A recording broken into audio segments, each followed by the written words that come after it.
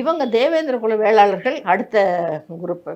இவங்க பார்த்தீங்கன்னா, இவங்களும் வந்து சாமானியப்பட்டவர்கள் கிடையாது. இவங்களுடைய வரலாறு நீங்க பார்த்தீங்கன்னா, அங்க போகணும் நீங்க கிருஷ்ணதேவராயர் காலத்துக்கு போகணும். இவங்க வந்து பள்ளர் என்றும், மள்ளர் என்றும், தேவேந்திர குல வேளாளர் என்றும் இப்படியாக ஒரு 7, 8 பிரிவுகளுக்காக இவங்க பேர் வச்சு அழைக்கப்படுது. அப்படி அழைக்கப்படுவதின் காரணம் என்னன்னு கேட்டீங்கன்னா, பள்ளம் அப்படின்னு சொல்றது அந்த நிலத்தினுடைய அளவை குறிக்கும். உனக்கு எவ்வளோ நிலம் இருக்குதுப்பா அப்படின்னு கேட்டா, எனக்கு ஒரு 30 பள்ளங்க. ஓ! இப்ப நம்ம ஏக்கர்ன்றது அப்ப பள்ளம் அப்படிம்பாங்க. ஸோ அந்த மாதிரி அந்த பள்ளங்களை தங்களுடைய சொத்தாக கொண்டிருந்த காரணத்தினால் இவர்கள் வந்து பள்ளர்கள் என்று அறியப்பட்டார்கள்.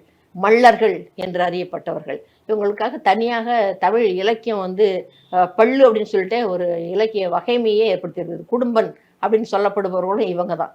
ஸோ இது மாதிரி வரலாற்றில் முக்கியத்துவம் பெற்று நில உடைமையாளர்களாகவும் விவசாயம் செய்பவர்களாகவும் விவசாய குடிகளாகவும் இருந்த இந்த இனம் வந்து என்னாச்சுன்னா, அந்த படையெடுப்பின் போது இந்த தெலுங்கு மன்னர்களின் படையெடுப்பின் போது அவங்க என்ன பண்ணிட்டாங்க, அங்கேருந்து அவங்க கூட்டிகிட்டு வந்த கூட்டம், அவங்களுடைய தளபதிகள், அவங்களுடைய சிப்பந்திகள் இவங்கெல்லாம் இருக்காங்க, அவங்களுக்கெல்லாம் இந்த நிலத்தை பிரித்து அவங்களுக்கு கொடுத்துட்டாங்க.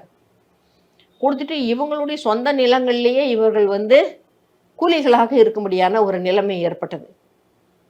ஸோ இவங்களுடைய வரலாறு வந்து ரொம்பவும் வந்து துயரம் நிறைந்த ஒரு வரலாறு தான் வந்து தேவேந்திர குல மக்களுடைய வரலாறு. ஏன்னா இவன் சொல்கிறது மாதிரி இவங்க வந்து பொருளாதார ரீதியாக சொத்தோடும் சுகத்தோடும் நல்ல ஒரு ஸ்டேட்டஸோடவும் இருந்த ஒரு குழு திடீர்னு ஓவர் நைட்டாக ஒரு நாள் வந்து அந்த நிலங்களெல்லாம் பறிக்கப்பட்டு ஏதிலிகளாக ஆக்கப்பட்டு இவங்க வந்து இந்த நிலைமையில இங்கே வாழ முடியாது அப்படின்னு சொல்லிட்டு அவமானப்பட்டு இந்தியாவே விட்டு தமிழகத்தையே விட்டு ஸ்ரீலங்காவுக்கு பாதி பேர் போயிடுறாங்க, சிங்கப்பூருக்கு பாதி பேர் போகிறாங்க, கோலாலம்பூருக்கு பல பேர் போகிறாங்க. ஸோ இந்த மாதிரியாக இடம்பெயர்ந்து வெளியூர்களுக்கெல்லாம் கூட போயிடுறாங்க. ஸோ அந்த மாதிரியாக துயரப்பட்ட ஒரு ஜனக்கூட்டம் தான் வந்து இந்த தேவேந்திர குல வேளாளர்கள்ன்ற இந்த ஜனக்கூட்டம். இவர்கள் உழைப்பாளிகள் தான். இவங்க வந்து நேற்று வரையில் எஸ்சிஸ்ன்ற கணக்கில் வந்துக்கிட்டு இருந்தாங்க. அதுக்கப்புறம் இப்போ எங்களுக்கு அந்த ஸ்டேட்டஸ் வேணான்றாங்க. தேவேந்திர குல வேளாளர்கள் எங்களை விட்டுருங்க, தேவேந்திர குல வேளாளர்ன்ற பேரோடய நாங்கள் இருந்துட்டு போகிறோம், எங்களுக்கு வேறு எந்த சலுகையும் வேணும் அப்படிங்கிறாங்க.